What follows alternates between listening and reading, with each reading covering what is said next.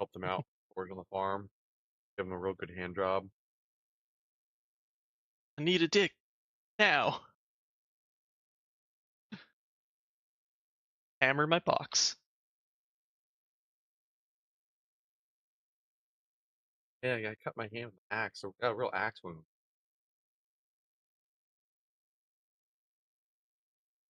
I'd like to take a look at my cache.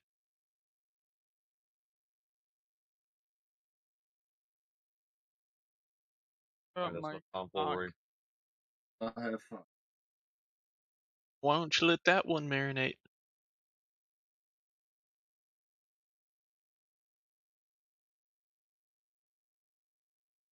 Stronger than Canadian goose. Canadian moose.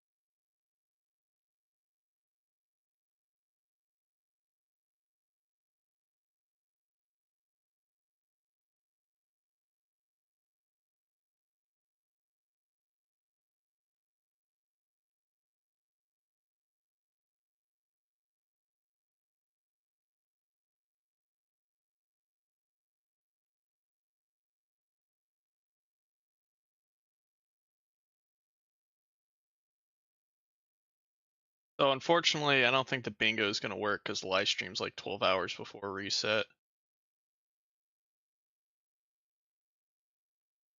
No, who drinks at 10 o'clock in the morning? Not doing morning mimosas.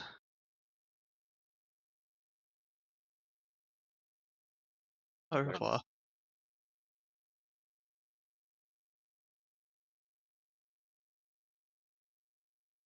Hello, everybody. How's it going? This is a perfect song for today because it's rainy, dreary.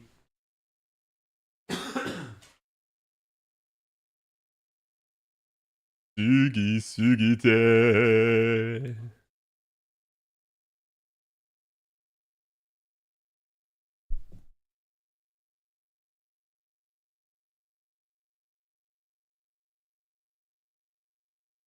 Bakamita.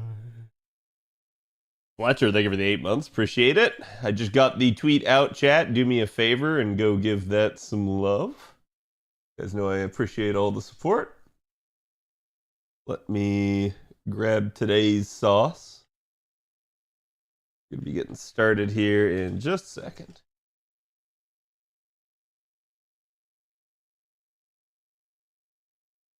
Also, don't forget, we have less than a month till my debut. That is gonna be a thing.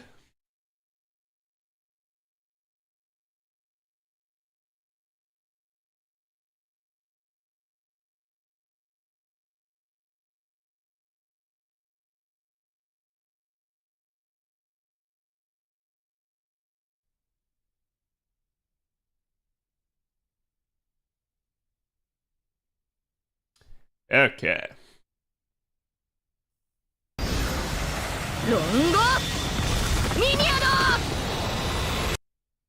Hello, everybody. Hope you guys are doing good. Here is today's sauce. Go give the artist some love as well. Cat's entering the database. I hope not. I hope not that much that fast. Hello, Kachum. Again, Fletcher, thank you for the resub. Nibbles, thank you for the 1 year. Chat, can we get some love for Nibbles? For the 1 year anniversary. And Chris, thank you for the 43. Appreciate it. Ninth inning is a Saber face to Cad must roll. I mean, I wouldn't even be upset. I would just be like, Well, it is what it is. ACH, thank you for the 11. Bob, thank you for the 62.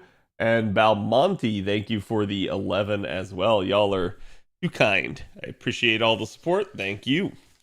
And again, enjoy your emotes to the fullest.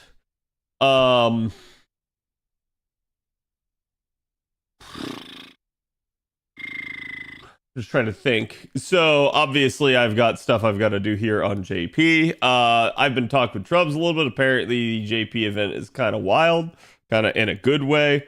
So definitely a nice thing to hear. Nasu's apparently cooking again.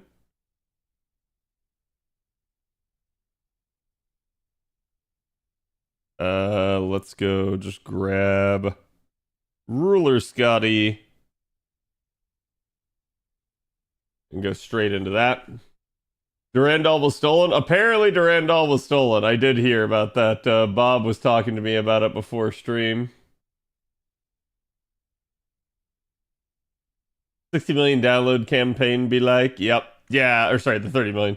I don't know why we haven't had it. I'm still waiting on it. Nasu has stepped into the kitchen, as always. I mean, to be fair, I think like Nasu at this point has built an IP that is big enough and popular enough that you always anticipate that whenever he writes that he is cooking. So the only question is he cooking like tasty food or insanity? Your thoughts on the new dual unit? Don't remember the name. Hikage and shit. I cannot remember the other.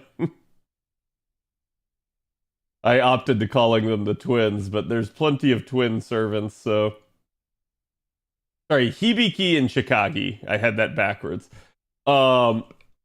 So they're good. I like them. I do think they could be better. For instance, I did say to people that like if they had actually been a 30% party charge instead of 20%, that I would be rolling for them. But I'm not going to roll for them otherwise. Their damage isn't bad. It's not the best, but it's not bad. They're quick. They can loop. So that's pretty much all you care about. And they are a Black Grail looper. So they're fairly solid.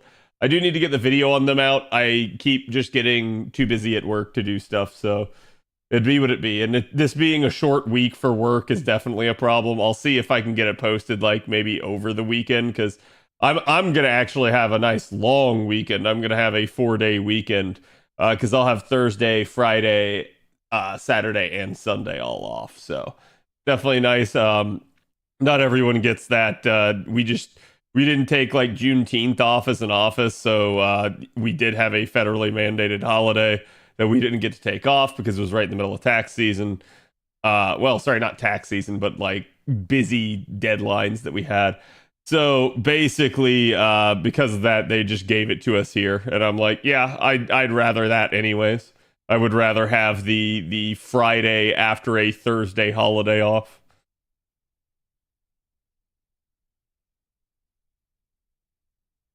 Final Fantasy 16 at 69 out of 69. Congrats. Good job, Jay. How'd you like it? Not Durandal, the most passed around in P. Yeah, I mean, the joke is again that there's a Holy Grail war going on, right? Some of you guys may have seen my tweet from earlier today as well. That was a thing. I've been seeing people, at least for like the past day or two, there's been a little bit of a debate on the side of the FGO community on Twitter, where like some people are like, oh, I don't understand how anyone can like Saber. She's so bland and boring. So that's kind of what that tweet is in response to, because that's cascaded into several other like conversations that have been going on. And you guys know, I'm just kind of like tired of that shit at this point, because it's like, let me put it to you from my perspective. Obviously, I'm biased, right? I like Saber, but in that regard, I don't much care for like Rin or Sakura. I don't hate them by any stretch of the imagination. In fact, I find them interesting characters. They're not my favorite, but I understand why they are other people's favorites.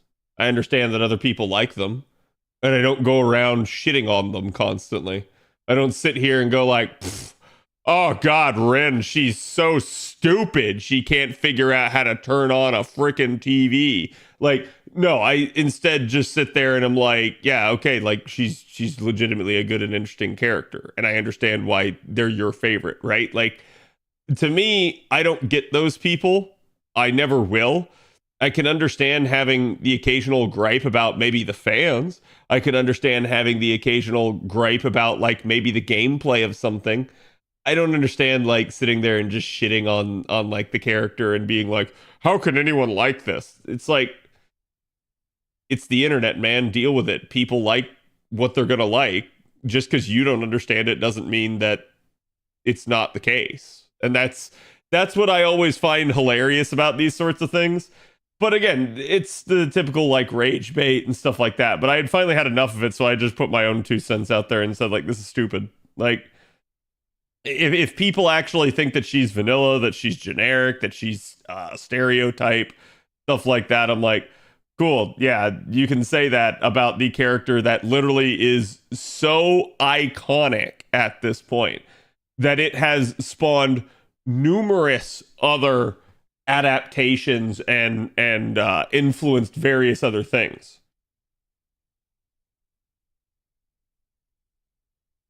Including, but not limited to,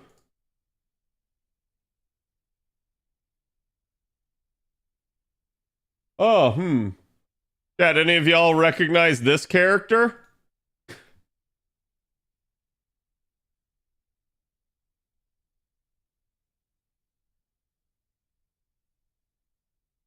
Unfortunately, yeah. Hey, how about this one? Any of y'all recognize this character? It's a little bit more recent. Like, come on, right? Like, that's why I say this. Is like, yeah, she's so vanilla, so bland that it's such a popular trope that it keeps getting reused. Sure, whatever. Heck, I'm gonna give you another obvious one.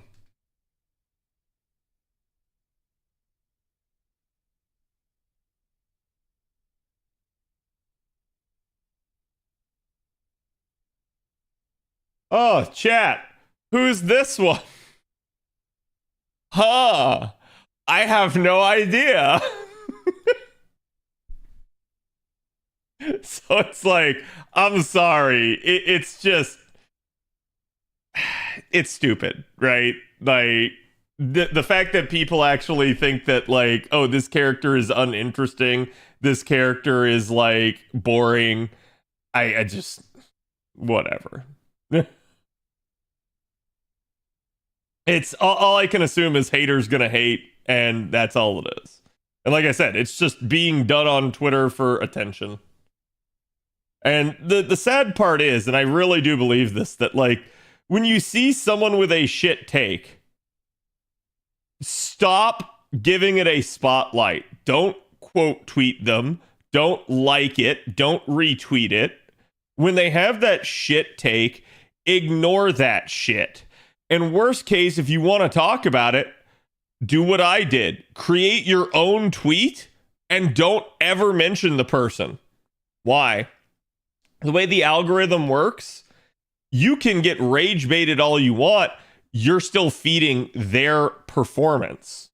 So the whole point is, the less you like their stuff and retweet their shit opinion, the less good that tweet does, and the less good that their next shit opinion does. So the problem that people have is that the more they keep retweeting this sort of crap, these hot takes, the more it just feeds the beast. And I don't think people get that.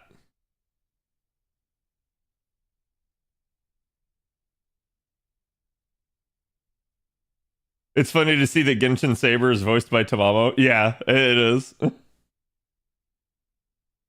be fair, blonde girl with sword is kind of a bit of a norm. I think it goes beyond that, though. It's not just blonde girl with sword, Cag. And the thing about this is, Saber literally is the genesis for most of those archetypes. Right? Quite literally. If your character came pretty much after the year 2000, your character probably is derivative of Saber at that point, which is kind of wild, but it is the truth. Do people think she's just a stoic knight trope? Here's the thing about this, and I really want to say this. Is a stoic knight boring? I think a lot of people probably think it is. I think it's intriguing because we live in an age where everybody has to say everything all the time. Everybody has to throw in their 2 cents. I notice more the people that don't. The people that actually are stoic, that do hold their tongue, are people that actually have the patience, the resolve to do that. And I think that's something that a lot of people don't have nowadays. So it's like, I think that's actually really well done. I think it's actually really good. Reductionism is such a boring straw man and Twitter is the home of it. Yeah, I agree with that. I will agree with that. I think that's just the natural limitation of a character limit, right?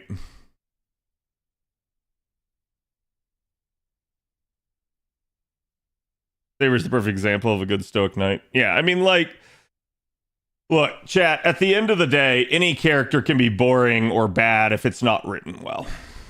And I think that's just the truth, right? And calling something vanilla, it's not a bad thing. Calling something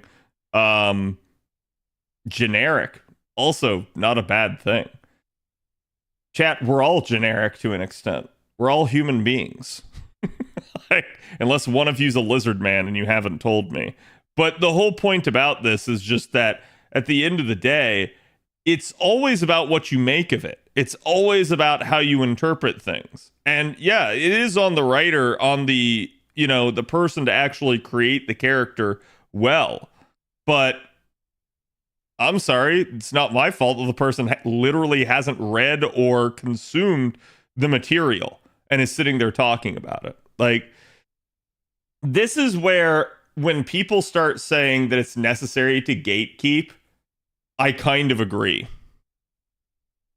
I don't think we should gatekeep. I think to a degree that you should welcome everybody because you want your IP to grow and have new people.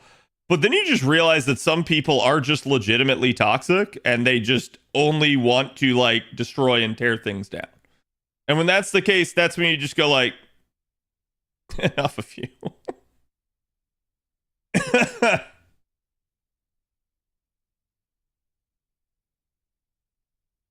I kind of partly blame Fate Zero for Saber's bad portrayal. I've seen a lot of people that say that. I know why people say that, and I do agree that Fate Zero doesn't really do Saber well, but I also feel like people are making too big of a deal out of it. And I feel like Zero is not why people hate Saber. You want to know why people hate Saber? Because they're haters. That's why. It's just the straight up truth, right? Like, and it's why, like I said, like I've complained about Rin fans before, because back like we actually were getting Rin content, Rin fans were fucking annoying at times. Not every Rin fan, and it doesn't mean that like Rin the character is bad. It just meant that there were some really annoying assholes. So I don't hold that against the character. I don't hold that against the people that conduct themselves well. I only hold it against the, yeah, you know what? There's another asshole, right? Like when I see it, that's when I hold it against them. But otherwise, I don't prejudge people based off of who they are or what they like. So it's the same thing here. People that want to hate are going to hate.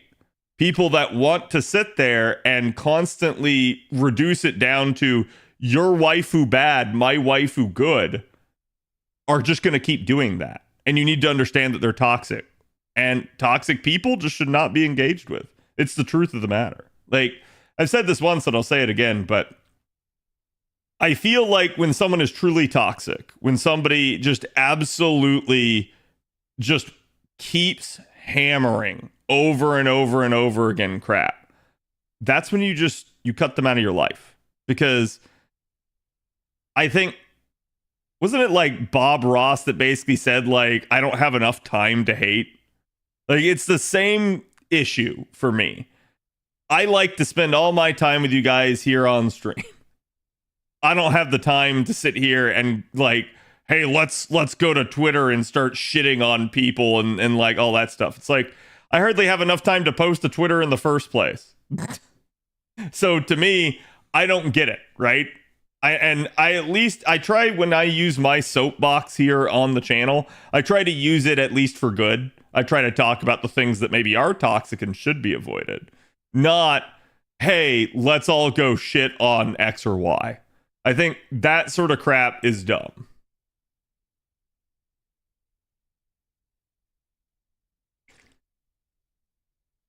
The Feast of Kings is a great scene, but it does Saber dirty.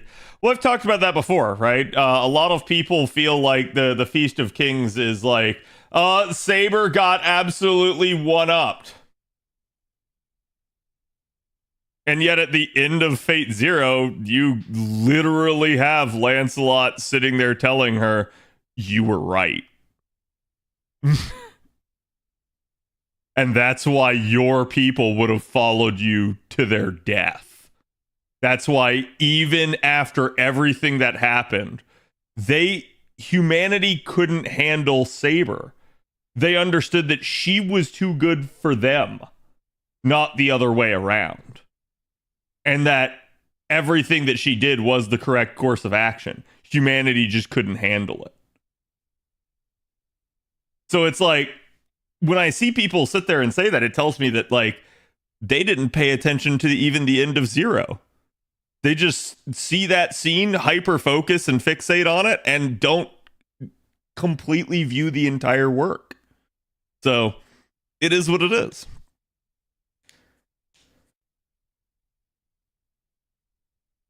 Yeah, each one of them has a different opinion, and that's all the feast is supposed to be.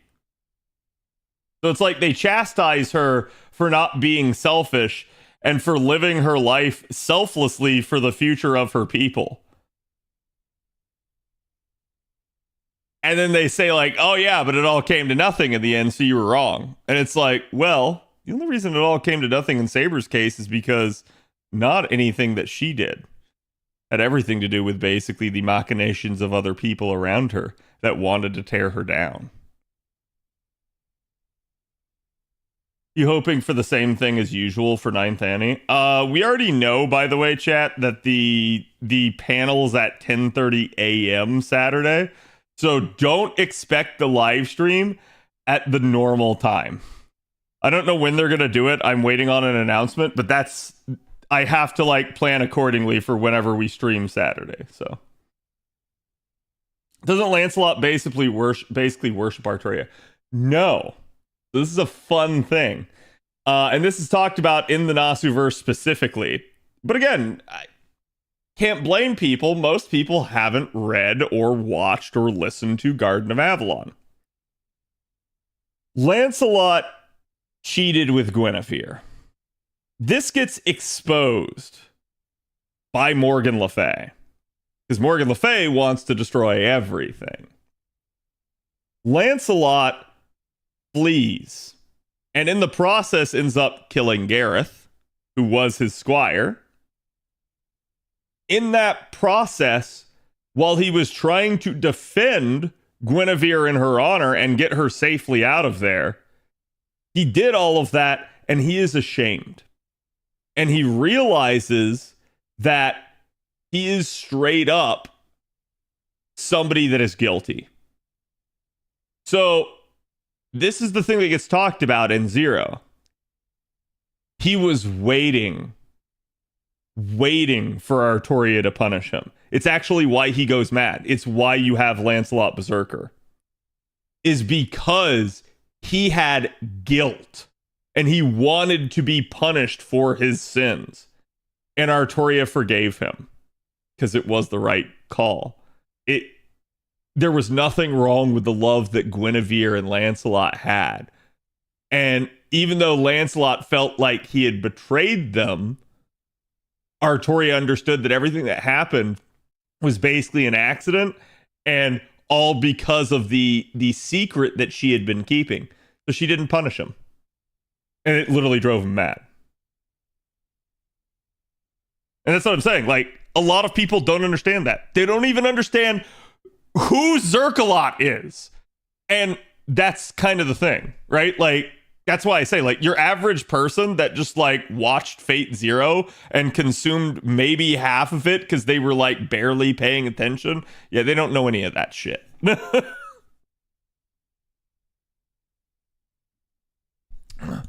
And that's why, again, like, at the end, he says, he's like, all I wanted was for you to punish me, but you were right. Everything you did was right, and I couldn't stand it. No one could stand it. That all the people wanted was vengeance. And Arturia didn't take that path. Arturia lived selflessly. And that's, again, like, it's really cool. It's really well written. And that's, again, the thing I have to say is at the end of the day, most people don't understand Arturia's story.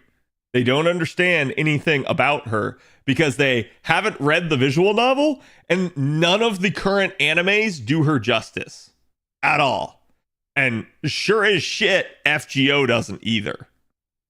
So her story is best read and consumed in Garden of Avalon or the visual novels. And if you read neither of those, you're simply not going to understand one of the big three. And the reason why is because basically you have Sakura and Rin, who are both kids basically growing up alongside Shiro. You get to see their story in their formative high school years, basically for how they come into being as their own character. They have character growth in their respective arcs. The difference is, with Arturia, hers happened all the way back in the medieval ages, well before, you know, the current year that Stay Night takes place in. So straight up, all of her formative stuff happened back then. The story is told. You just don't see it in anything else. So if you don't go consume it, you never understand about Arturia. Instead, what you see is the set in stone somewhat summon the servant that comes into the Holy Grail War.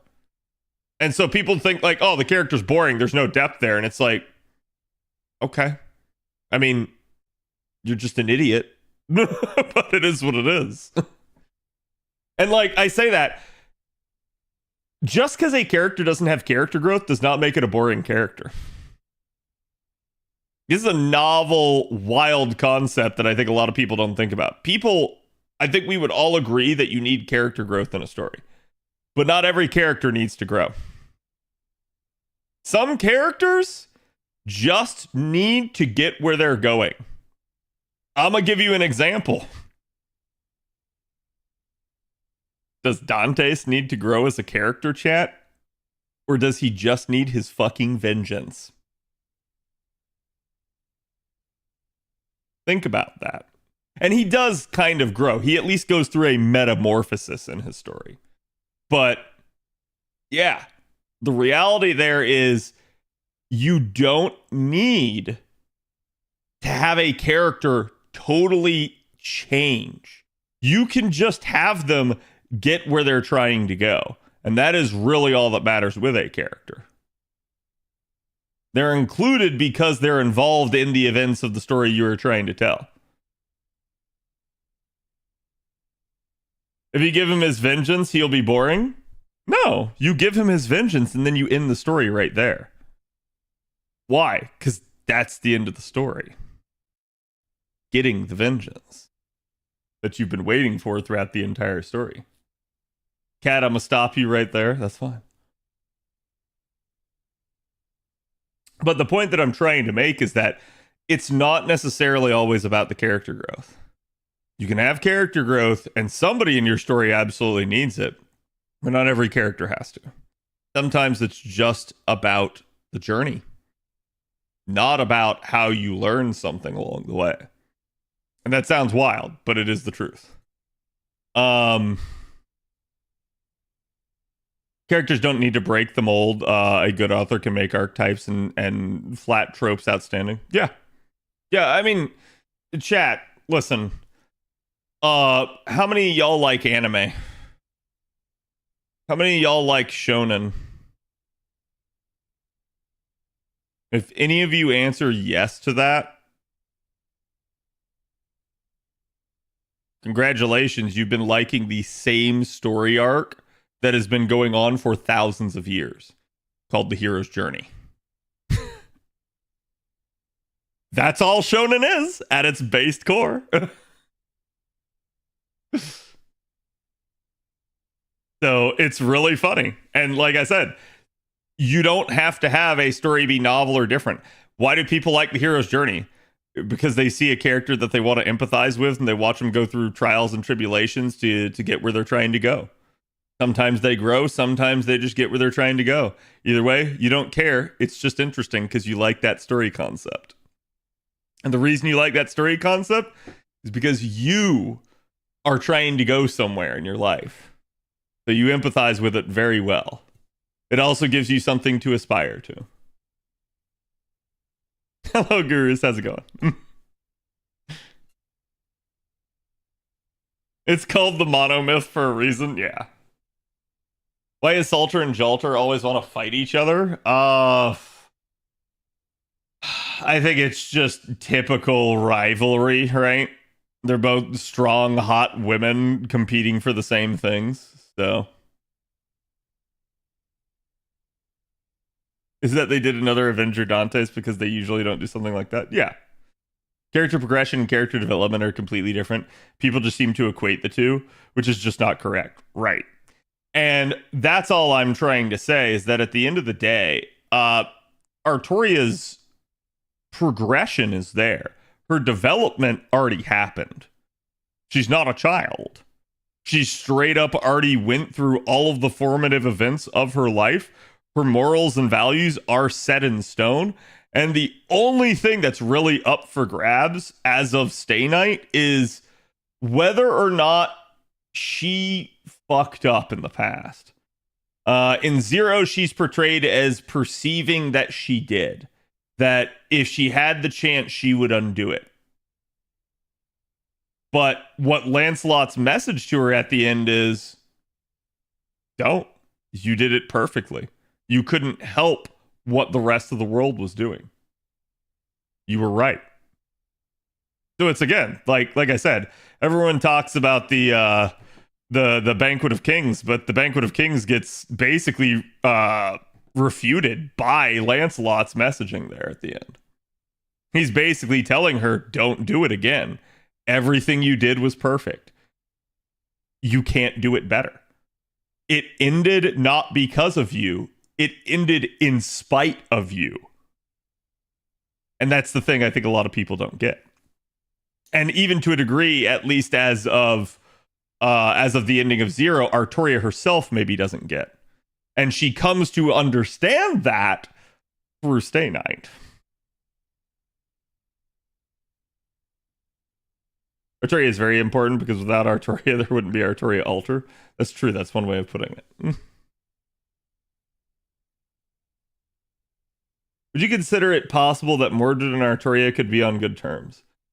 At least as of the lore, no. And the only reason why I say that is because, like, Morgan straight up, like, as of the past lore, Morgan straight up put these ideas, these ambitions in Mordred's head. And then when things didn't go Mordred's way, she poisoned Mordred against Artoria and said, oh, the only reason you're not getting this preferential treatment, that you're not being held up to be the successor, is because your father doesn't want you. When the reality is, Artoria had no idea who Mordred even was. Partially due to Morgan Le Fay's machinations. I think if you were to have some sort of timeline where Mordred's born and raised normally, then yeah, probably. But I think that's half the issue right there. Is Mordred got homunculusized and grown up in 3 years. So like when you have when you literally have a formative event occur, we'll just say, right, like 3 years ago, and then somebody that like looks like at worst a teenager comes up to you and says that they're your child, your immediate thought process is, fuck no, you're not. What? So like, yeah, I can straight up see that like there's just no way that was ever gonna go well.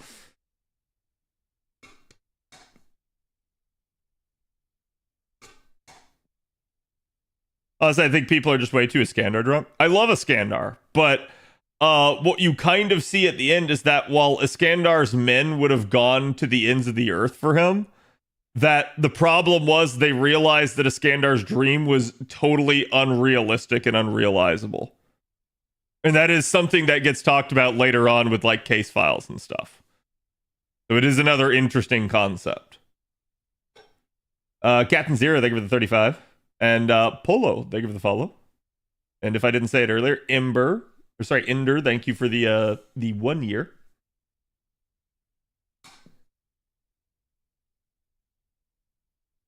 Iskandar and Waver, my beloveds. Yeah. And that's, don't get me wrong, I have no issue with Iskandar, but like Iskandar straight up just said, don't live for the people, live for yourself, be selfish. Be selfish, do whatever the hell you want. And the problem with that is, in Iskandar's case, his entire kingdom falls apart after his death because of that. Because he just was selfish. He didn't care about anyone else. So, because of that, everything devolved into satrapies and basically areas controlled by his generals, and his generals just fought with each other. So, like, he didn't establish any sort of succession or any way to actually maintain that which he had built. Faker talks about it, yeah. And Gil, like, Gil's another interesting one. In all seriousness, Gil is probably the closest to Arturia, because Gil is the age of the gods to the age of mystics. He's the bridge there, okay? Whereas Arturia is the age of mystics, the age of man. She's the bridge there. So if anybody had a closer synergy with Arturia, it was Gil compared to Iskandar. But the problem with Gil is Gil just was selfish the entire freaking step of the way. If Iskandar was selfish for his own reasons but still cared about his men, Gil literally didn't care about anyone other than maybe Enkidu. Now, that's an interesting one, because then you have like Caster Gil, and Caster Gil at least seems to have been the, hey, I'm the quote unquote older, more like understanding king. So it was maybe after he had all of his selfish adventures and settled down that then he became wiser to the ways of the world. I think if it had been Caster Gil that had been tearing Arturia a new one, there'd be much more of a leg to stand on. But Archer Gil? Fuck no. Archer Gil can't advise anyone. At least not in the sense that, like, he's basically somebody that nobody should aspire to be role model wise, right? Like, it doesn't mean that he's not a badass. It doesn't mean that he didn't accomplish great and amazing things. But Archer Gil also did some dumbass shit. And I always assume that whenever it's Archer Gil talking, it's the young, brash, proud version of Gil, not necessarily the veteran, wizened elder.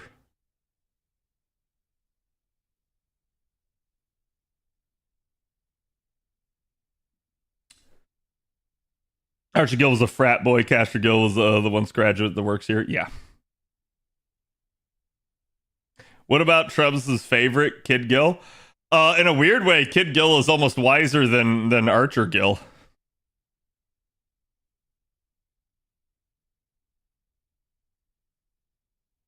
One thing I don't like about what FGO has been doing is that they gate the events behind story, and then several of them make no sense to be gate kept and have no story spoilers as to why it's gate kept.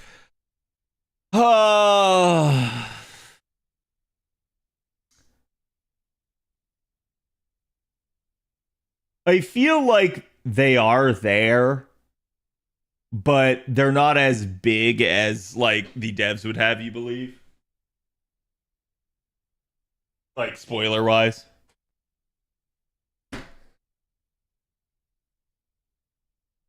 Caster and Archer are kind of the same. The writing for the character change over time, though. Kind of. Like, and my understanding to this is, again, that Archer Gil is basically Gil when he was off collecting his stuff for the gate. Versus, and again, going through, like, his actual adventuring days. And then Caster Gil is, okay, I'm done, but now I've settled down and become king. Like more properly, right?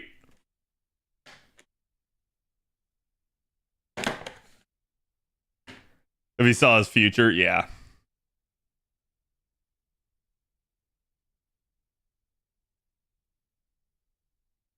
Oh, that one's easy.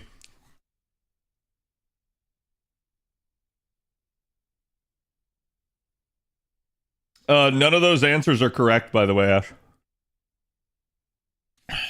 Because none of those answers is Kiara.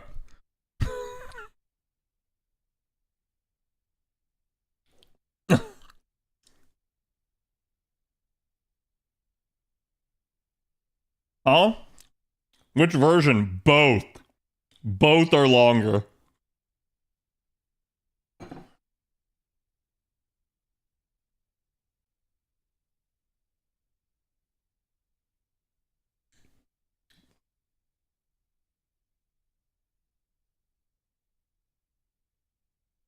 It's content and it should be cleared. Yeah, I mean, like, don't get me wrong. I have no issue getting story done.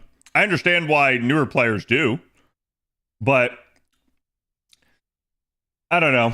I'd say I wouldn't worry too much about missing stuff at this point in the game because at least the devs have seemingly come back and put it in there. Oh no. No, they're Kiara's is like 25 seconds. One is where Enkidu's alive and the other is after Enkidu's death. Yes. Correct. Enkidu is a major turning point, a quite literally a life-changing event for Gil.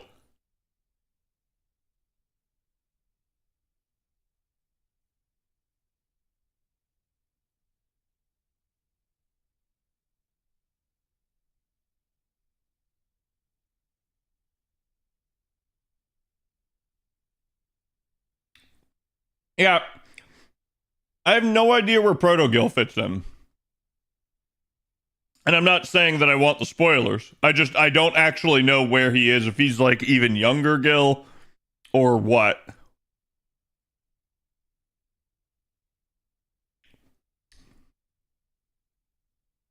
Boom.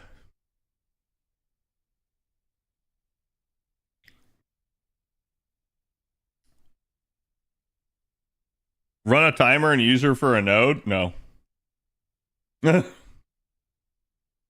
No, trust me, Ash. Trust me. That's all I'm gonna say. So many material options. Yep, and you guys can look forward to this sort of thing in the future on it.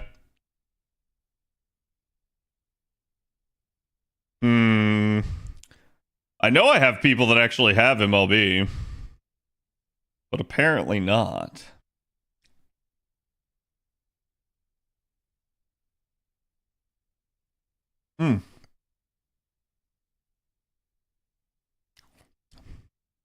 When is Ruler Artoria banner coming out? Should be soon.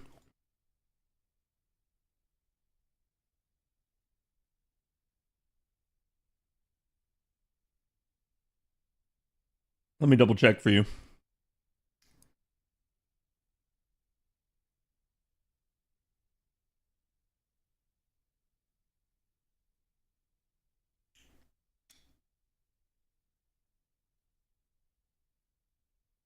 Should be at reset tonight. So like midnight Eastern. And good luck to anybody if they have plans to roll for Bunny. You got that MLB. But I like low-key want the MLB drops. But it'd be what it'd be.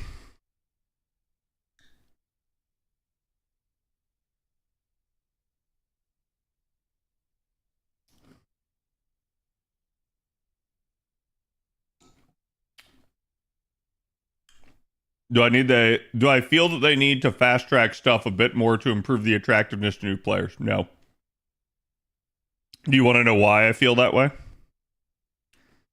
Should I elaborate?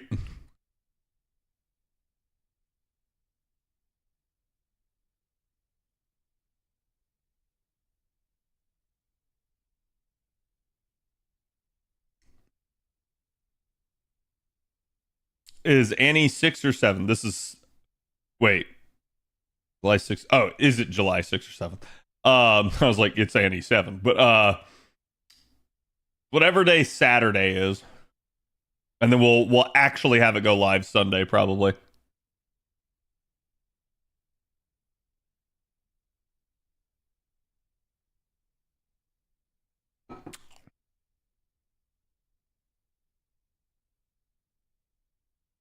You would like to hear my thoughts. Okay.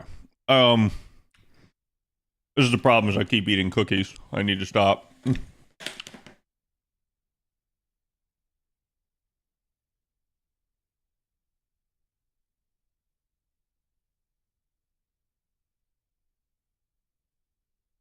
Live stream is pretty early on Saturday.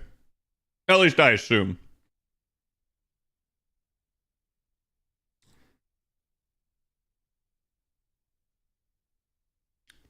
Fast tracking the game? No, I'm pretty sure that's not what Strom's asking.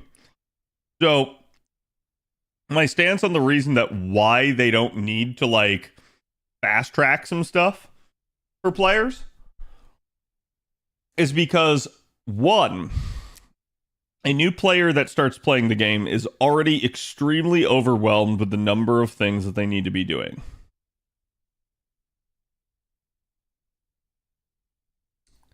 Two,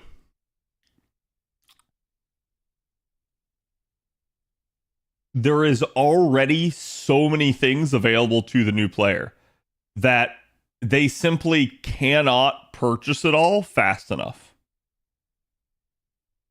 So do they need to accelerate more things to put more options in the new player's hands? No. No, because remember, chat, every time we get an evocation festival now, they add even more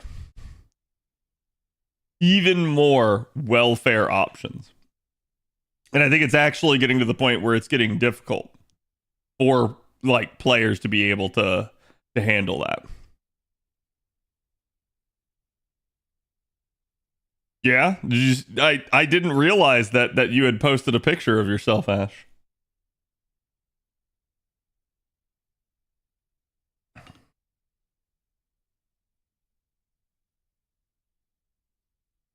I did not. I don't believe you.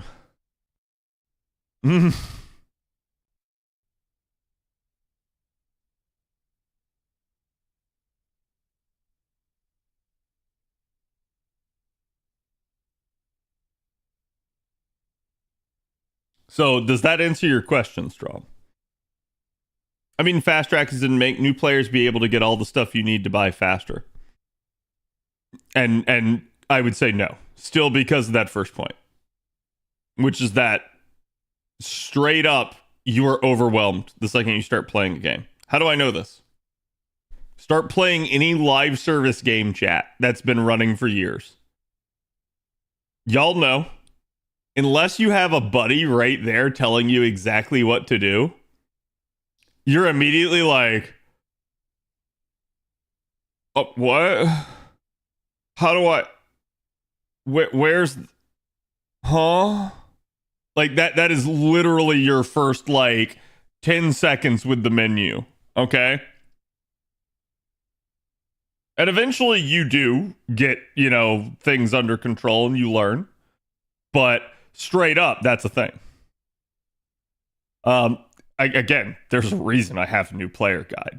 It's kind of necessary, right? Like, I'm not going to say that my guide's the best. I'm not going to say that it doesn't need some work. I'm just going to say that, like, yeah, it's necessary to have a guide for FGO at this point because there's just too much crap.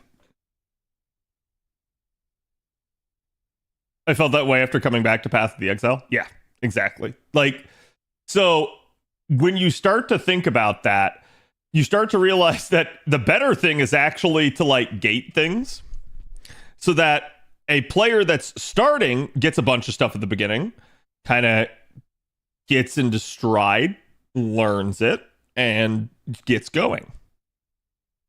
Then you give them more. They get that, and they keep going. Then you give them more, and they get that, and they keep going. And it allows them to process it in batches, so that one, they never feel overwhelmed. Two, they keep getting new shiny shit that keeps, kind of yanking them along, making them play the game. And three, it does progress them on a gradual scale rather than like in leaps and bounds, right?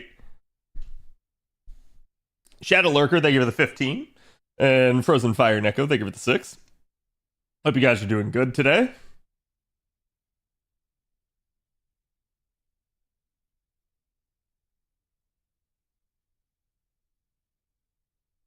And so much FOMO is gone that it ends up working against new players in the game. I guess it depends on what you mean by so much FOMO is gone. Right? Like, are you saying that the FOMO is gone because so much stuff already happened and they can't consume it? Or are you saying that the FOMO is gone because, like, they can't access stuff right away?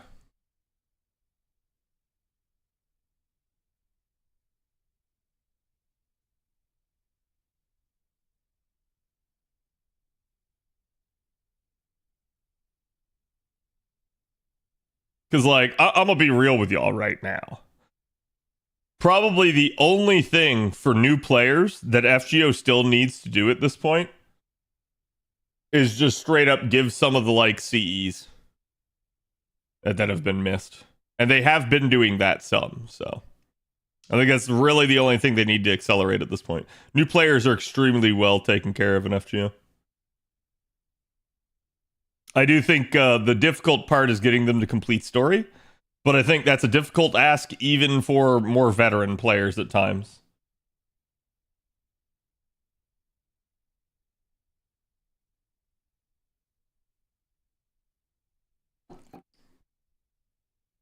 Yeah, I think I will say I do believe that mana prisms are at least a very much an issue for like newer and like sort of medium length accounts. I think until you've really gone through a couple of lottos, and I do mean a couple, like it's enough that you can't really knock it out with even one lotto. You really are just hurting for mana prisms. Like for instance, chat. It took me like 3 years to get out from under the thumb of mana prisms on JP. And I still needed them after that point. It's just, I was not desperate for them. Now, they have added mana prisms to the rolling of the actual gacha. I just don't think that works because it's whalish. So, that is to say, whales are going to get way more mana prisms than free-to-plays are. Jack No Head, thank you for the follow. So while I do agree that adds some more mana prisms back into the pool, I don't think it's enough. And if I didn't say it earlier, yeah, no, I did. Okay.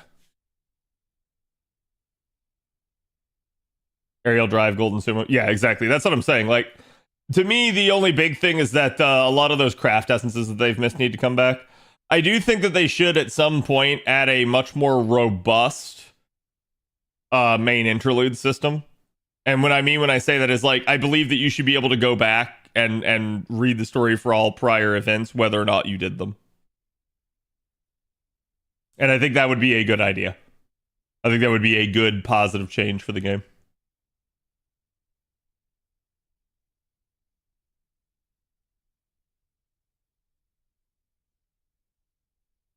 A new player just walks in and spends that guidance. Oh yeah, 100%. Like the sad part is I try to get my new player guide out there for people to encounter it as fast as possible. It's why it's linked in like every single one of my videos. But I mean, I'm just going to be honest with you. Some of the biggest communities for this game don't really like me. I don't know why. It's just kind of always been the case. And as a result, things that I make and do don't get promoted. So even though my guide content can absolutely help people, it is not necessarily viewed with the same affection as certain other creations in the community are. And I do believe that hurts the community long term, because most of the other guides that are out there are out of date for the new player stuff. Most of them don't give sound advice. And I think at the same time, you have exactly what Ash talked about, which is that a lot of players will just go in, guns blazing and not even look, and they won't sit down to look at a guide until later. So it's important that they find a good one, and it's important that they find one that does give them I'd say the correct advice. What the correct advice is can vary for a lot of people. But I think one of the good things that I try to do in my new player guide is I try to entertain multiple viewpoints for how to play the game. And I don't believe that most other guides do that. So that is, I think, a huge issue that a lot of people run into. 100% agree, because people keep talking about Summer 3 and Summer 2. And I was not there when that dropped, and I don't even understand why people care about it. Yeah. And all I can tell you is that Summer 3 in particular is just a really solid event. Like, it's arguably the best summer event, just narratively. Just really fun, really cool atmosphere. It was set in Hawaii, basically. And so a lot of people just really liked that one. I have a friend that I got started playing FGO that prefers to figure things out on his own. Understandable. Like, all I would say is the best thing you can do is try to be a good source of information for your friend. Like, I mean, straight up, I could tell you to send them my way, but like, if your friend doesn't want to look at guide content or watch videos, then it is what it is, right? So it's just, the best thing you can do at that point is just be a good friend.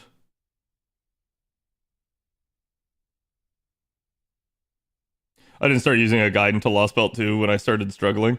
Yeah, and I think that's the unfortunate nature, is usually by that point in time, you've already made a couple of mistakes. I hope that by that point in time, the mistakes that were made were not bad, right? Like, you didn't like, oops, I burned everyone type thing.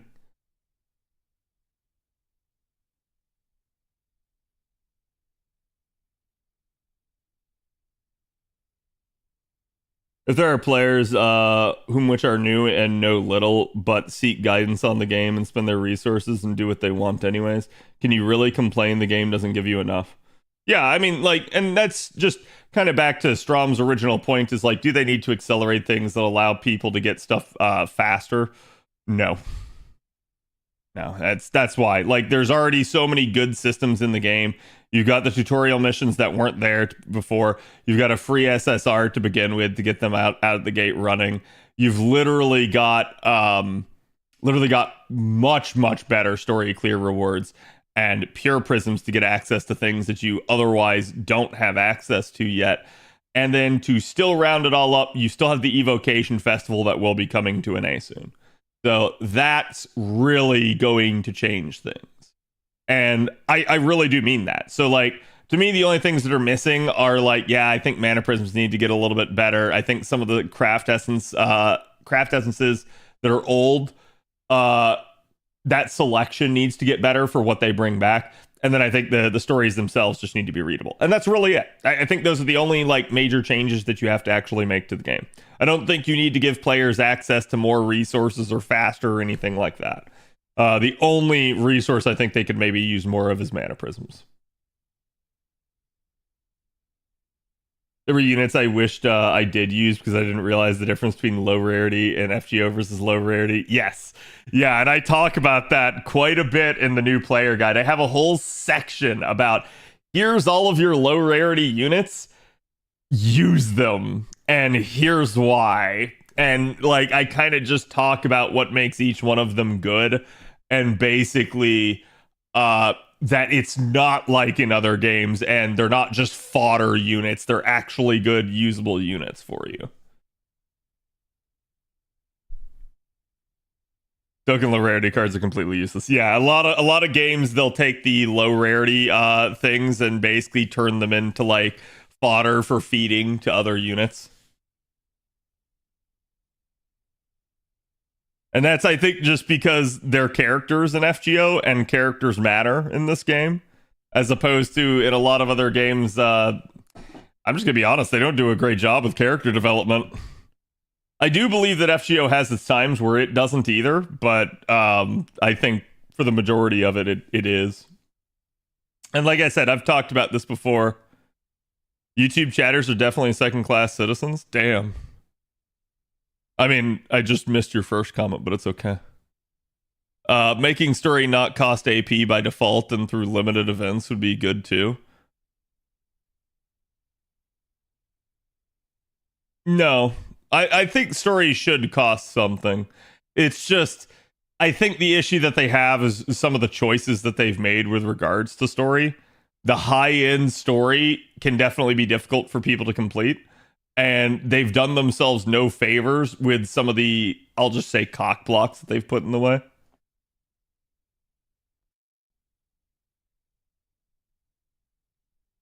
Definitely played some gachas where low rarity characters are largely awful and maybe a few are useful in some department. Right.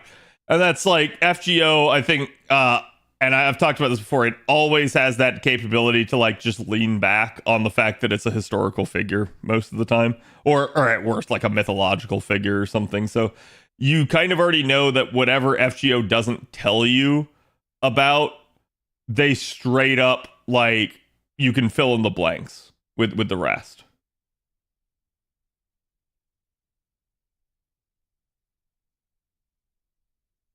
Did a lot of Bobs and Tristans.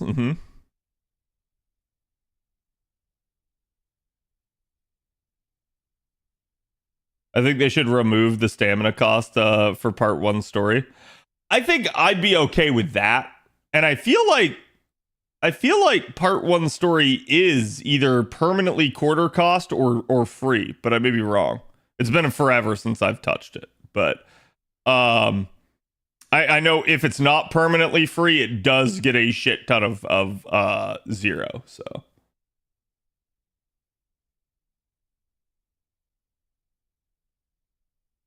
But yeah, I don't think that in and of itself is the biggest issue. And I'm dead serious on that. I don't think the AP is the reason that most people get stuck and don't progress. I think it's usually that their account is not like prepared. And I'm going to be honest with you. While we can make that easier, they got to get you prepared somehow. Otherwise, you won't be able to do more difficult stuff later on. Like, to an extent, I'm okay with some of the cock blocks. I think there's a couple that are maybe harder than others, and I'd say certainly unfair even for more developed accounts for players that are maybe not the smartest. So it is what it is. I haven't had a difficult time getting through any of them in that regard, but I can easily see how players do get stuck and don't want to do them. I noticed the difficulty spike when I got to Camelot. Yep. Yeah, I've talked about it before because I think the final boss of America is something like a 300k berserker. And then you literally get to like the very first enemy you encounter in Camelot is like a 250k Sphinx. And you're like, huh? You're like, what's going on here?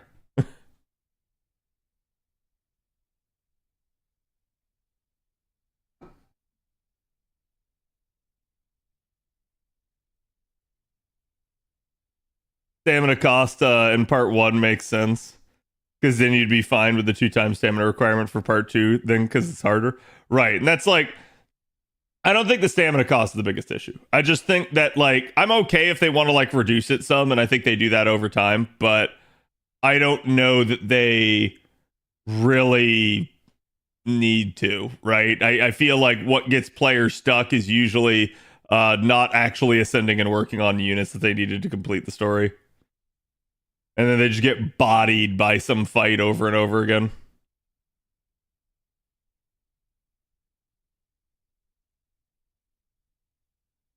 I didn't know how to enhance characters for weeks. Couldn't make it through the second singularity. Yeah, that's understandable. I think the fact that the game doesn't have better tutorials has always been an issue, unfortunately.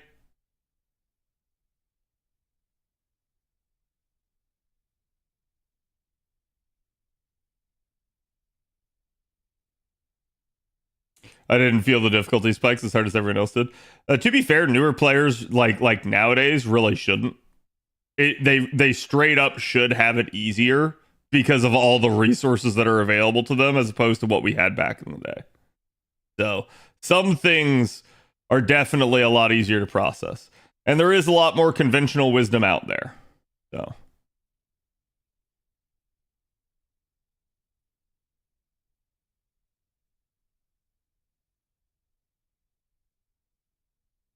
So was that I never had a problem? Yeah, I mean, I've said before too. Another one that a lot of people need to watch out for is usually LB2. If you do not have the proper like archers up and online for LB2, you end up kind of getting bodied unless you want to try to do like a solo or something.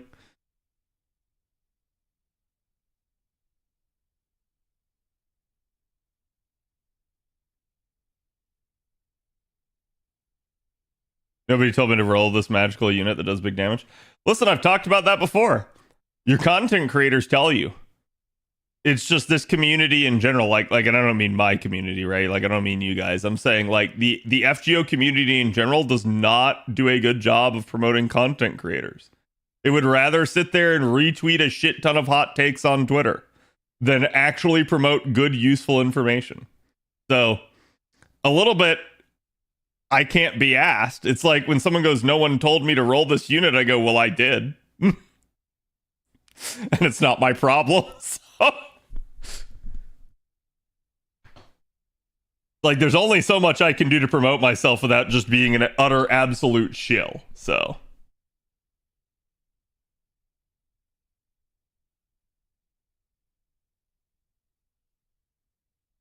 You can use blue cube sum in 7, just not for certain fights. He only says roll on meta units, ignore 99% of banners. True.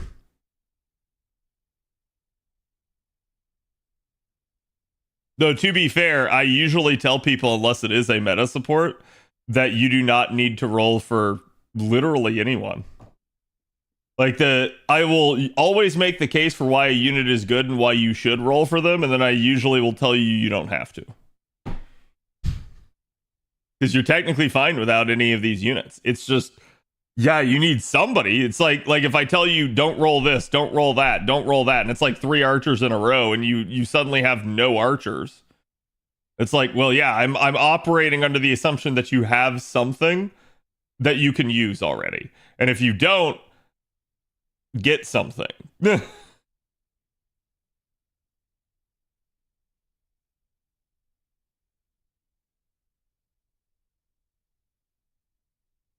Someone's MP2 King Hassan to help me with Goetia? Yeah. That's because of poor team building skills. Yeah, team building's a really difficult thing to tackle. I've tried to walk people through how I approach it, but that's all I can do is tell people how I think about it. It is naturally the hardest part of the game. Period. End of story. And people will be like, wait, what do you mean, Cad? Team building's so easy. Is it? Is it? This is the issue that we run into, is like, for a lot of people, I get asked frequently, like, how do you build teams? How do you come up with this? I don't know. I'm going to be honest with you. For me, it's easy. And the reason it's easy for me is because I know all the units. Your average person doesn't. And I think that straight up makes it more difficult. And furthermore, yeah, you might not have the units up and online and prepared. You might not actually, like, even if you have the unit, you might not have leveled it, right?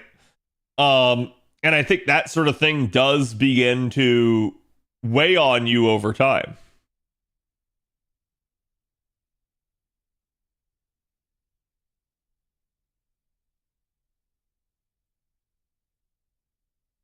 I can clear LB7 on account that I was that was free to play and under a year old. Yeah, I don't think LB7 is that difficult. However, here's the thing I'm gonna say too.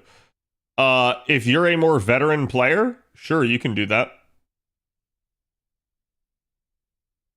What if you're a newer player that doesn't know how to handle everything?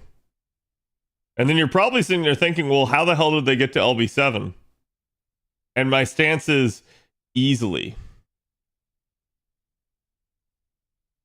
With blue prisms, man seals, heck, even quartz.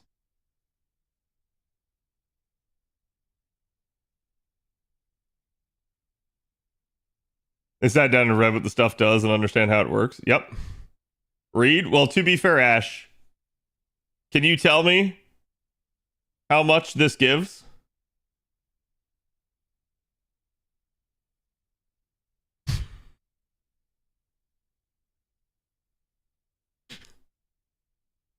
%? No, that's wrong.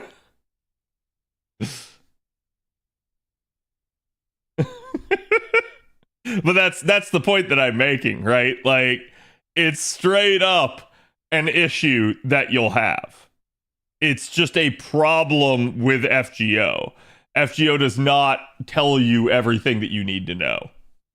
And it requires the player to be savvy. And I think that's partially what happens in the community is players that don't rely on content creators have to go look stuff up themselves and know how. The hilarious part is most of those players know how to look stuff up because of content creators. And I'm dead serious on this. Usually the best resources are covered by them, and that's how it becomes widespread. And then people go like for instance, I'll give you an example, right? Chaldea app. Was Chaldea app a thing before I started using it? Yeah, absolutely. But I didn't see hardly anyone using it. And then all of a sudden I start using it and I make a video on it, and all of a sudden everybody starts using it. And it's like, huh.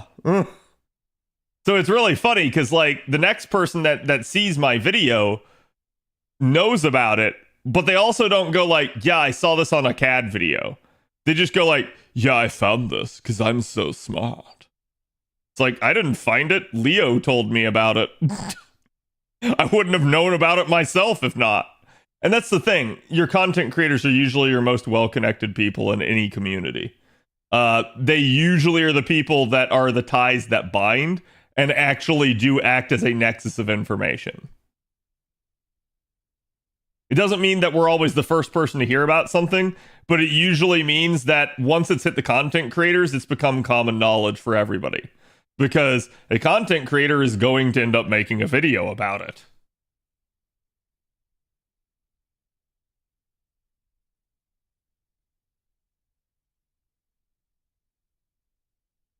There's that one fight with 4 break bars and no revives allowed, so yeah, yep.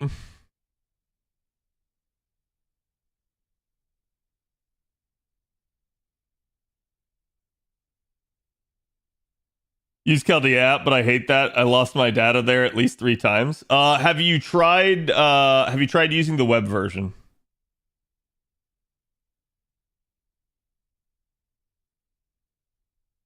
Because I believe that one functions off your cookies. And I know how much chat likes cookies.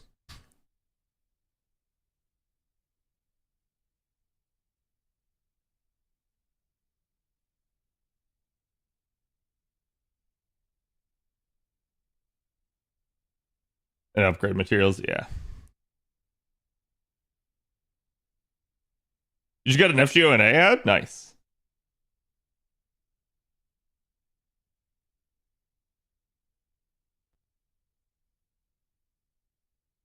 Everything was really easy until everything started to be immune to Pigify. Yeah, they have a tendency to, not normally that bad, but usually like counter certain overused gimmicks. And this is an example. This is how everything's like mental debuff immune.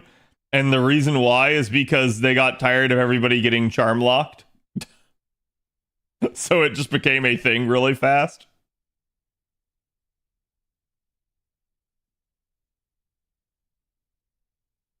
Know your rail loops, yeah. They didn't want people to sit there and use both the Gorgon sisters to invalidate fights. And while I understand that, I'm also like, you know, it wouldn't be the end of the world if you just allowed it every now and then.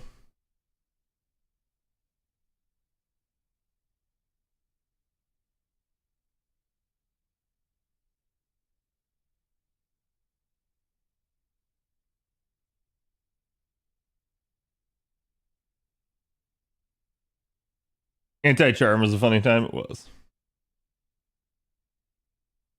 Collateral damage. Mm-hmm. Yeah, that happens too. There's a lot of characters that because they try to hard counter something, they themselves get sort of like tangentially nerfed or countered by it.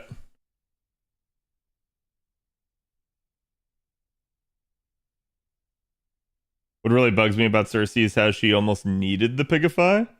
Or what do you mean?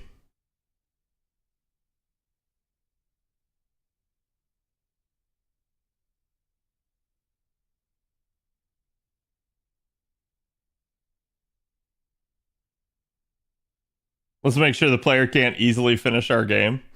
Yeah, I mean, look, I don't think LB7's that hard. But I'm also going to say this as somebody that has a more veteran account, right? I think if you go in with foreknowledge of 7 and good knowledge of the game, you can beat it. Because you can sit there and you can plan your account accordingly. I just don't think your average casual player or free-to-play player is necessarily going to be equipped for it. And they're going to be like, oh, crap. I'm going to say if you're already here watching this, then you're probably better than most, though.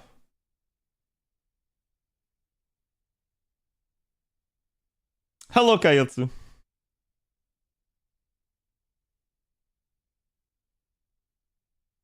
Been a lot of fights in which I like that Cersei didn't pick a fight. Oh, you didn't want the stun because you wanted to get hit for the extra NP gain? I'm on to your plans, Avalon.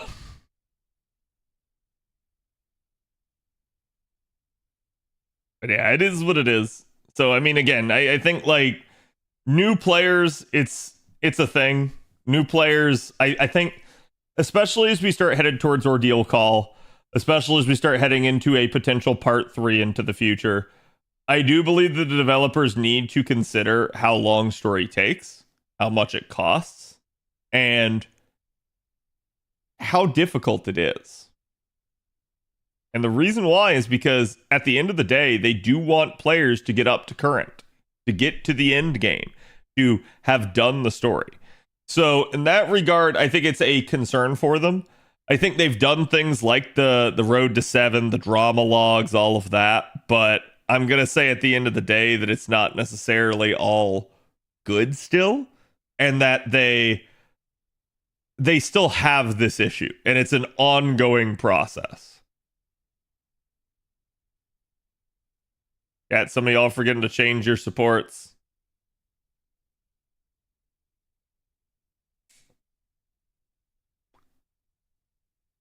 Every node with the wiki in one hand and the phone in the other. See, it's really funny because I usually don't go look anything up until it's like a Saber face run. And then I do. But the only reason I do is because I go like, all right, I need to know specifically which gimmick needs to be countered. And that's usually it. JP, I usually go in blind. NA, again, like I said, if it's story, it's a Saber face run. So that is what that is. I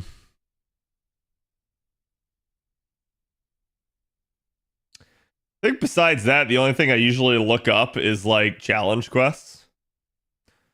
And that's it. Like, and I'm gonna be honest with you guys. I feel like even if I didn't have the wiki, it would take me longer to do things, but I would be no less successful in the game. That's literally the only difference. So like if the wiki went down tomorrow, I could still operate for years without an issue.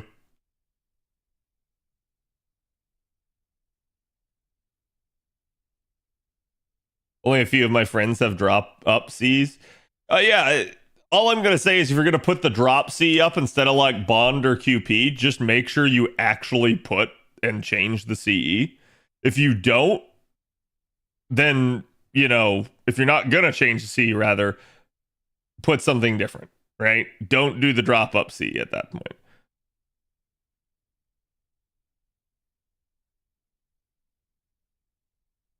Yeah, to me, the wiki is more about discussions on servants and the like minutia of their stuff. Or again, seeing the actual effects of like break bars and stuff ahead of time.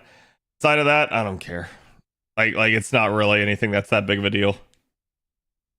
And it just means that I would have a couple more failed runs as I like had to test it out and then do the official attempt, but that's it. Hunting Quest actually motivated me to do the advanced quest. That's actually why they did them. Like, dead serious. Back in the day, the reason they ran Hunting Quest right here is because they had already realized at this point that if you remember, the first couple advanced quests they did were just like 1 to 3. And then they did one, which I think it was like was it the third or the fourth batch that just had a ton of them. And all of a sudden people stopped doing the advanced quests and they were like, okay, here's a hunting quest, do them. And that's straight up why.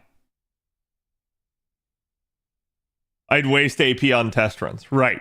I'm the same way. And that's like, it's not the end of the world if that happens. I would certainly be less AP efficient, but it wouldn't be crazy bad. Wiki went down, I'd be in shambles. No more easy way to find good drop rates. So this is really funny to me because one, I'm so far ahead of that game that it doesn't really matter. Two, and I've said this before, I'll say it again. And I know people get on to me about this, but it is the truth of the matter. I literally just the majority of the time go farm the joint node. Whatever drops both materials. It may not be as efficient for any one mat, but for getting both materials at the same time, it's usually great. And that's exactly what I go do. QP and Comet shards tonight. Yeah, you guys got meteor shards, pages, and fairy dust. Though the fairy dust is not a good raid, if I remember correctly. Literally never done advanced quest till these hunting quests dropped. Well, it's really funny because I have people all the time that ask, can we get repeatable challenge quests? That's what advanced quests are. Problem is, they're just not that challenging in most cases. They're literally just gimmick fights. But it is partly what people were asking for.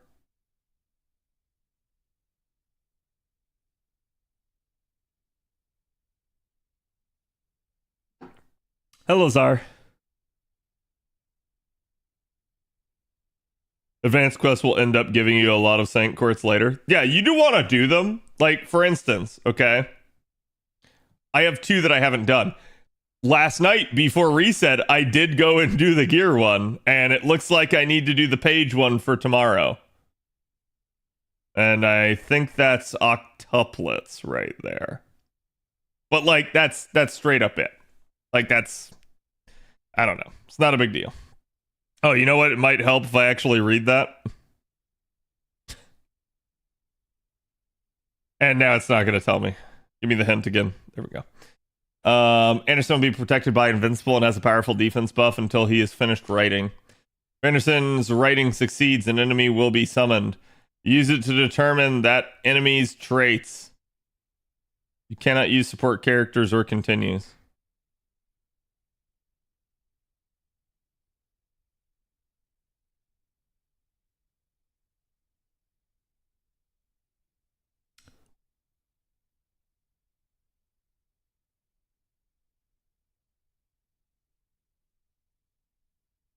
You know what? Give me that.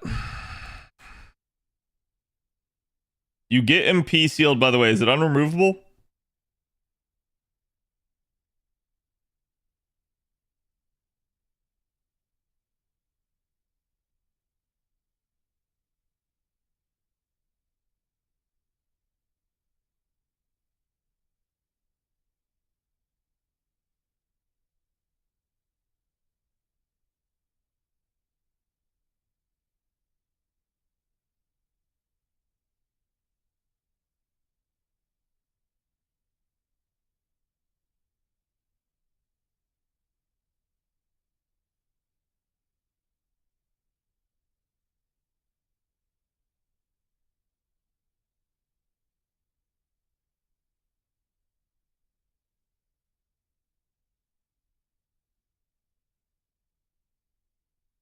No, we'll find out.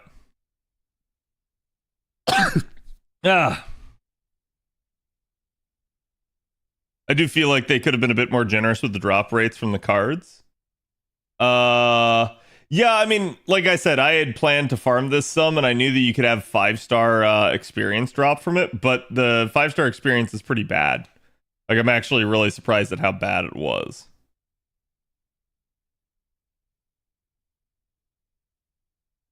Oh, god damn it!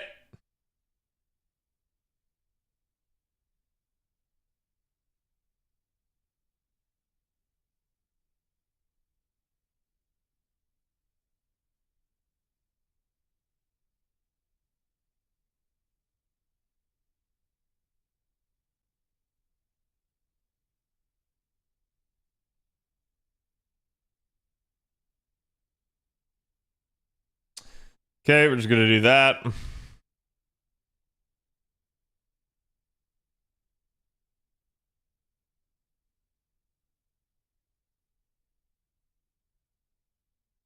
Gets rid of his invincible, doesn't get rid of his actual, like, I should have just lined up with all riders and literally wombo comboed him to death.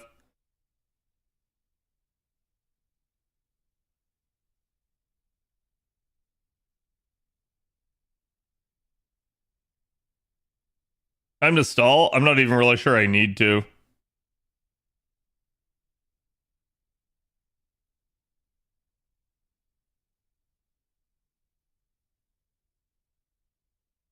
If only we had Mighty Chain.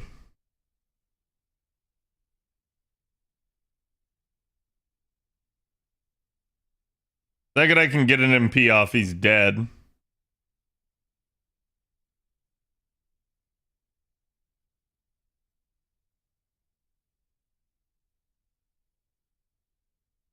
Oh, okay. There we go.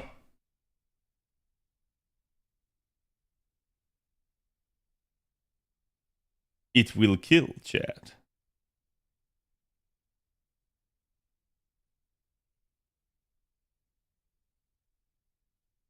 You stopped building Made Altar because you ran out of grails? No, I have plenty of grails. I'm just literally waiting for anniversary because you get 3 times success rate.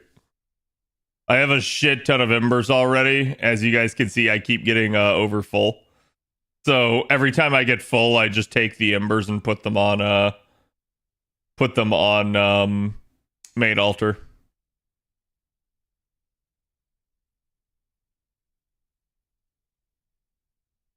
Okay, apparently we better use Skadoodle here or else we're in trouble. We're gonna go ahead and nuke the other one since that one's about to NP. There's not much we can do about it. We're gonna go ahead and get Scotty's NP off. Yes, it is an NP. It does exist, and yes, it gives me 5 turns of attack up. Gate of Skadoodle, yes. We gotta get that that Skadu fragment. Forgot to Grailcast last month. Oops. I mean, if you don't have like a shit ton of things, it's no real big problem. I still got to do mine on JP. Oh, didn't matter. I killed it anyways. Oops, tee. So there we go. And now I have that one. We may as well go do the other advanced quest while we're here, because it's the only other thing I have left to do. I mark these as the select sort, by the way, chat, because that way you can quickly and easily find them. You usually don't have a lot of stuff on your 4-star CEs select sorted, but I mean, maybe like Bond CEs, maybe something like Imaginary Element or something like that you might, so it is a thing. Also drop up filter, yes. Defeat the blue Oni to complete the quest. Find the blue Oni. It's hidden among the other Oni in this battle.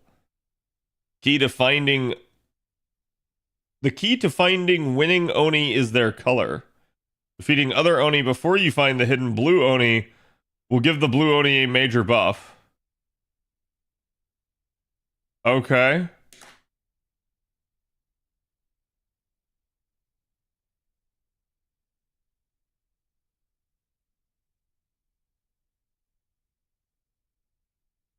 Or should I just go AoE?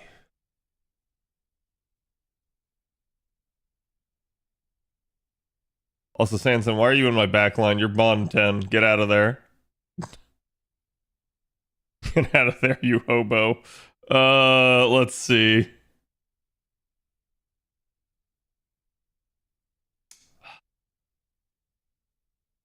Do I have another? Well, I think I can fit a 3-star.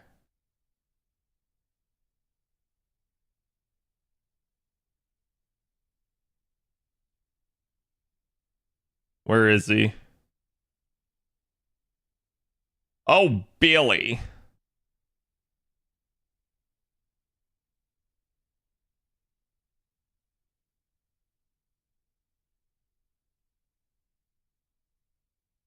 And nuked away? Yeah, perhaps.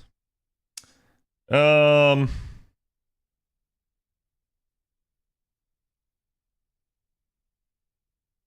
think we'll go waiver, just to be on the safer side. Since waiver's got at least some party defense. No backseaters. Thank you for the follow. Welcome. If you go AoE, the enemy will get all the buffs. Isn't that the point?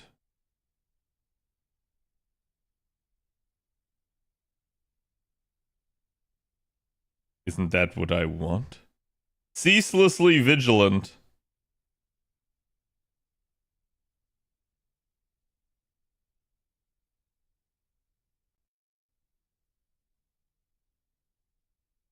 Fortunately, she's probably going to kill that, but she should kill and then I'll get the guts and then I'll get that pop, but it may be the case that it, like, runs away when it pops. We'll have to see if I actually get to hit it. God damn it. Yeah, that's exactly what I thought. I like how badly I called that. There are 5 earthly desires that we call hindrances.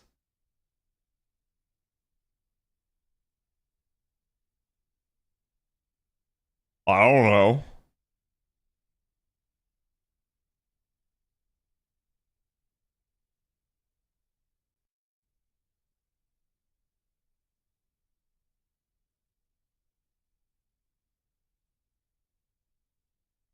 Hmm.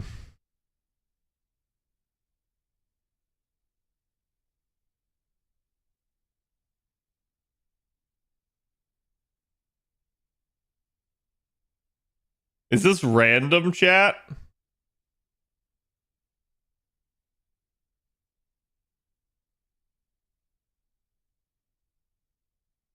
It's not. Okay.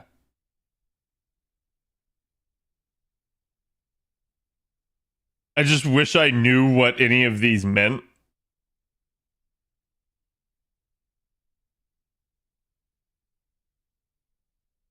I used AoE, so no idea. That's definitely one way of doing it.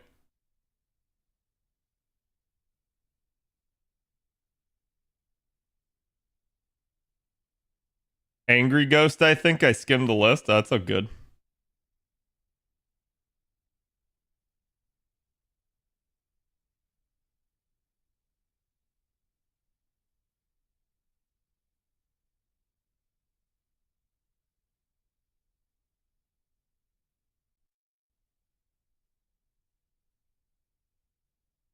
I think I know which one it was. Well, we're gonna find out one way or the other.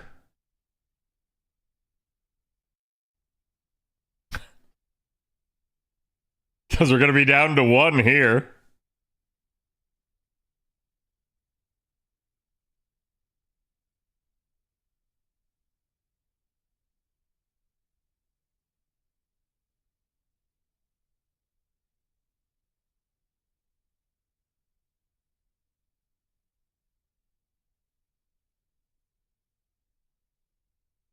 Okay.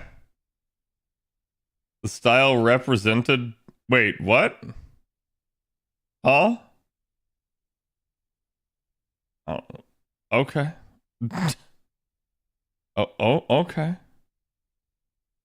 We're gonna do it anyways. So which one was it, chat? The game will tell you which one to kill. Yeah. I mean, it's not a huge deal, right? Like, I'm probably not gonna kill it here, but like, I literally just gotta wait for my buffs to come back, and then I will. The level 47 one, that's all I know. Desha. So it was the next to last one that I got.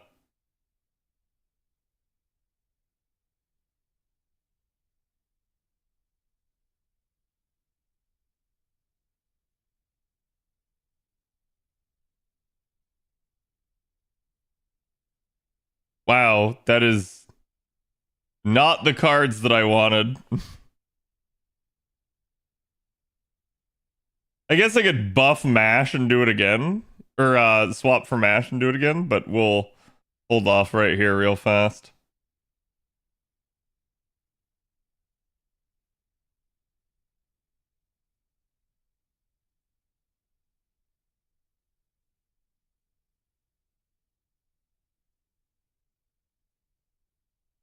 Okay. The one that he replaced, yeah. Any estimations how far Summer 7 is going to be after Annie? We don't really know. It's guesswork for everybody at this point because not only have we not had a developer diary in a long time, but they have not really told us anything. I'm sure they'll announce it at anniversary. But until they do that, it is what it is. It's also why you don't really see me making any of the like summer content yet, because I'm kind of like in a wait and see pattern for it. But I'll probably attack it banner by banner. Okay, eightfold clay geode, and there you go. So that now my advanced quests are done. That's literally all of them. I have nothing else to do in that regard. Whose rank ups do I have to do? Lobo and him.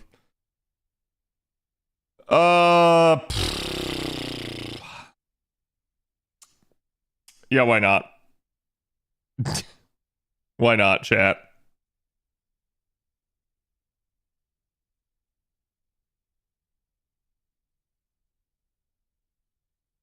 Well, you know what? Hold on. Do I have her third append? I think I do. I do.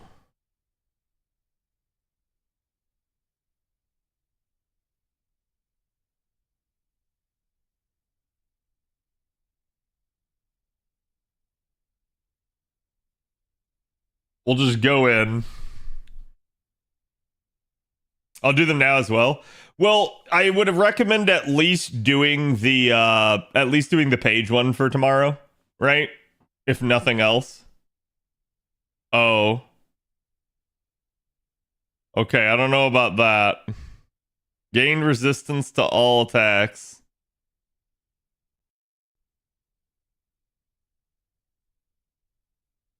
Gonna try to whittle that down some because I want to see just how much resistance he gets.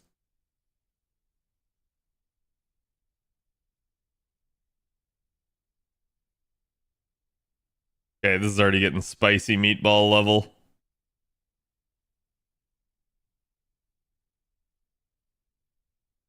Like, he's already halfway killed that Koyanskaya, which is not good. I think he's star attribute, so I don't even think this is going to matter. Going to use the quick card there just for some additional star generation for the next turn.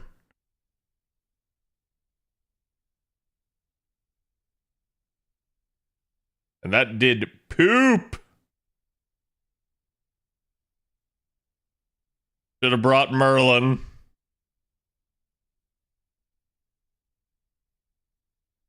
Woo! Barely. Oh, I actually shouldn't have done that, but whatever.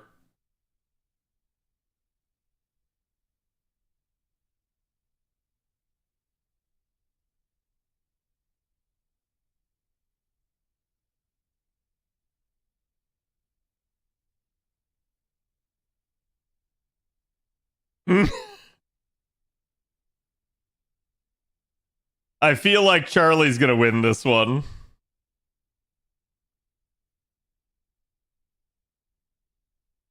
Because I tried to 3-turn it and I forgot this thing has actual gimmicks.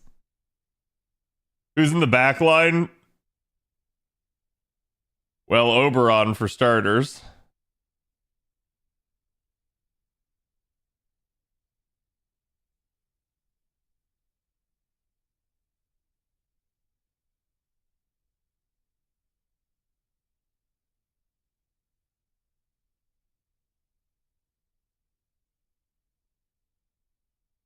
Harder than any 6.5 fight. Yeah, you're not wrong.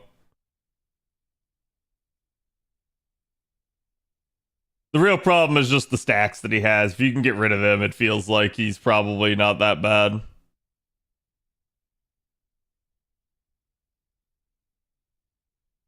Oh my god, am I not? Yeah, okay, I am gonna pop, but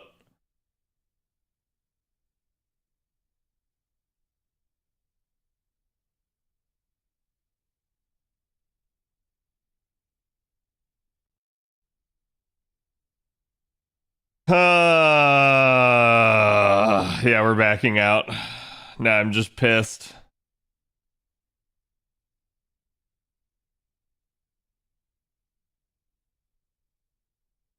Well,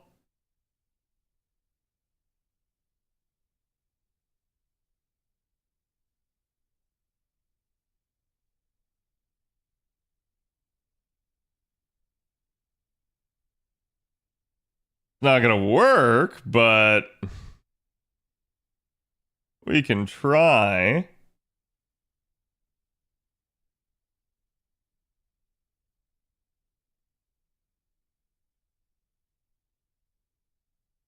One more day and I'm on vacation time. Nice, Ruku. I'm the same way.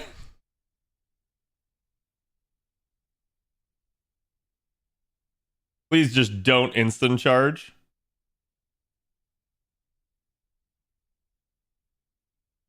Oh, I love the token drain there. Oh, Andy's invincible. Wow. Okay, dude. Come on, man. That's a mash.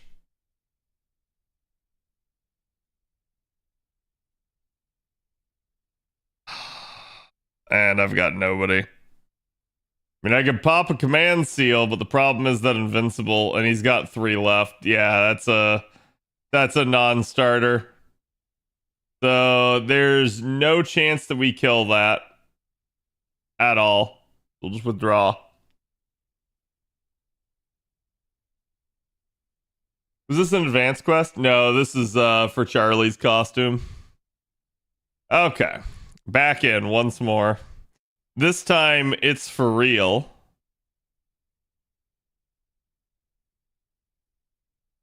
Could try to jolt or finesse his ass.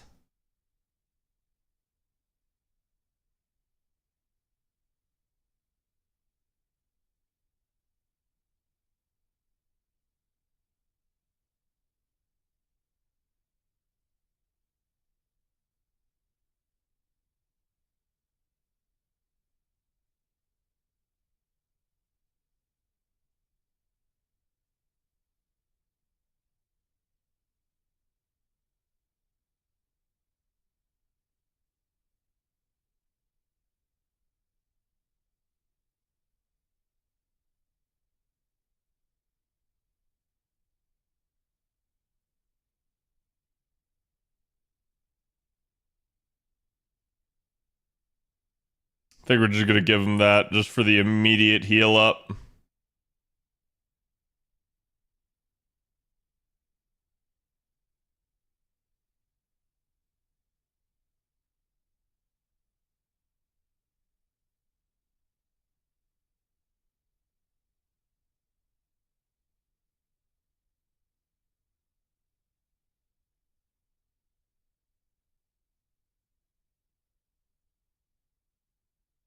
Not sure if that's a good thing or a bad thing. I think it's a bad thing for your wallet.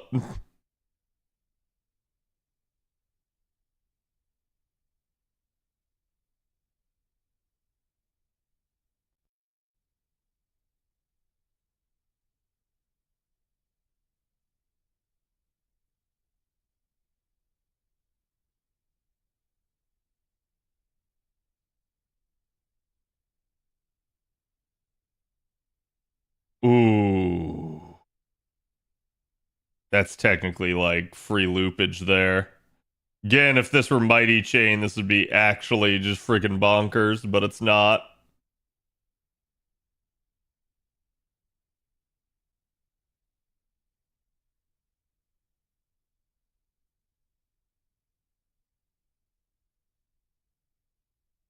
God, that still didn't do that much.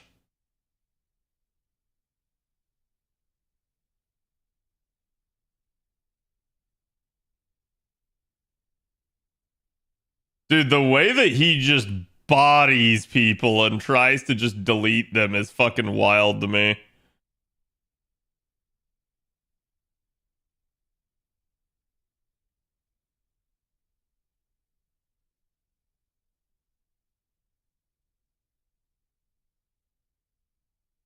Okay.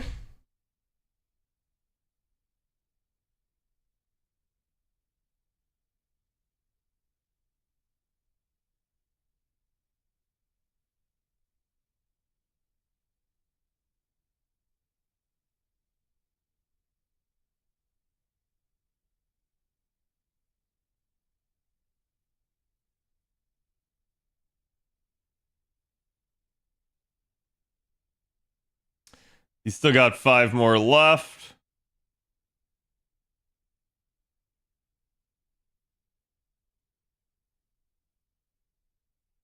We're going to pre-card with an arts card just in the hopes. Good night, Arch.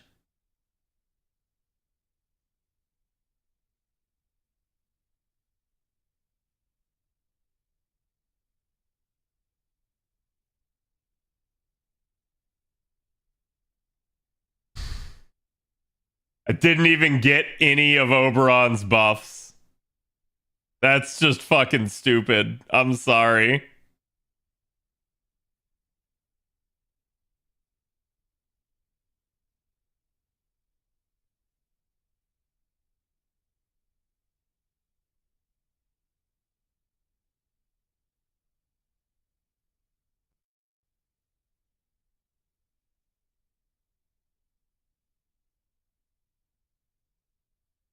Where's Tyra when you need her, right? He knows what you're up to and denying you the chance. I should be okay. Should be. The defense down is the most worrisome thing because I watched what he did to Mash there through her defense, and that's just fucking wild.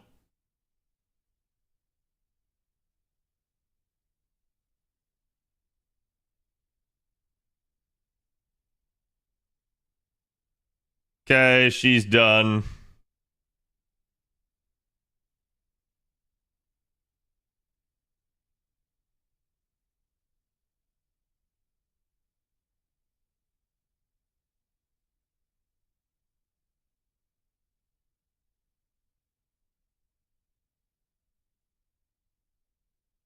Literally just gonna card this out.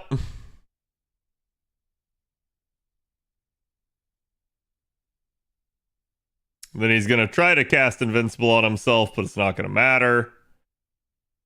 Because again, I have Invuln and Pierce.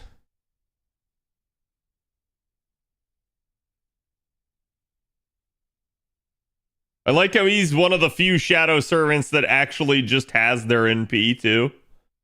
As if it's insult to injury.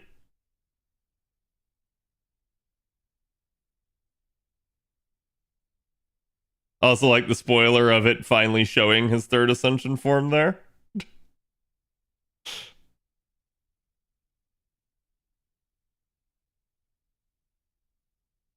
Yeah, could you stop with the defense downs already?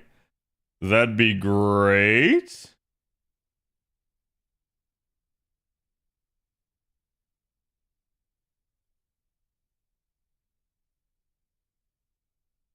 Gonna pre-card with Merlin.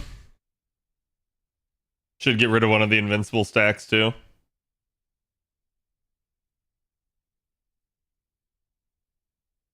And there you go, now he's dead. The second he doesn't have his bullshit extra defense stack, he gets bodied by Jalter. Absolutely bodied. And that was a Jalter only with self buffs and a Merlin attack up, and like basically self buffs and Merlin buffs. And that still did like very good effective damage. So got my Charlie's a pin done. Now I can loop with them at least. You probably loop with them before that, but it definitely makes it easier. Finally.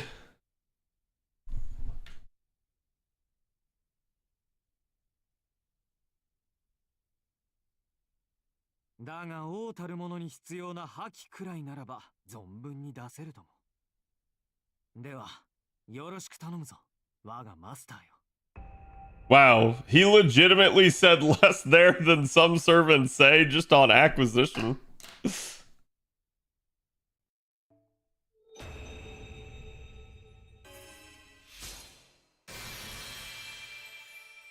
そして最後にまた冒険者に戻ると。やっぱり俺はこっちがいいな。向こうのおっさんには悪いが、やっぱ王政は真面目で誠実な人間がやるべきなんだよ。俺は気まぐれいい加減なくらいでちょうどいい。王は万民を救い、俺はこぼれた人を救う。 Hello Gandalf, how's it going? 少し前にそう取り決めたんだ。Regicide, yes. 俺はあんたを救うぜ、マスター。果物食べるかい？ Are oranges popular during his era? No. Not really, right? Like, not more so than any fruit would have been at the time. And I'm actually not sure where oranges are native to. Would it be Spain?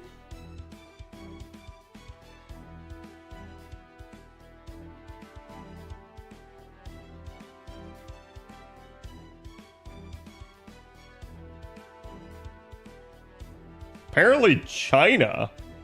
Southern China, Northeast India, and Myanmar.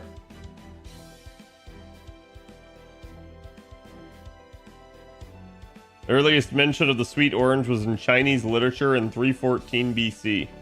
I don't know. I'm sure there were some available though, because they probably imported them, but... Myanmar?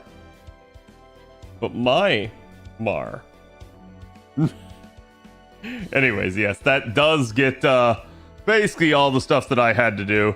I basically have Shez's interlude, but it's one, a non-upgrade, and two, not half cost at the moment, so it is what it is. There's nothing I have to do for that, so we kind of knew that going in, though. All right, chat, in the meantime, we're going to be doing a media share night, so again, we're going to be getting started with that here. You guys know the drill. Unfortunately, that means YouTube, you guys on that side of things, I'm going to be ending the stream over there. That way we don't get copy struck. You guys are more than welcome to come join us on the Twitch side. I understand if you don't want to. It is what it is. But otherwise, we're going to be ending stream. So thank you guys. I appreciate you guys for watching. I'll see you guys later.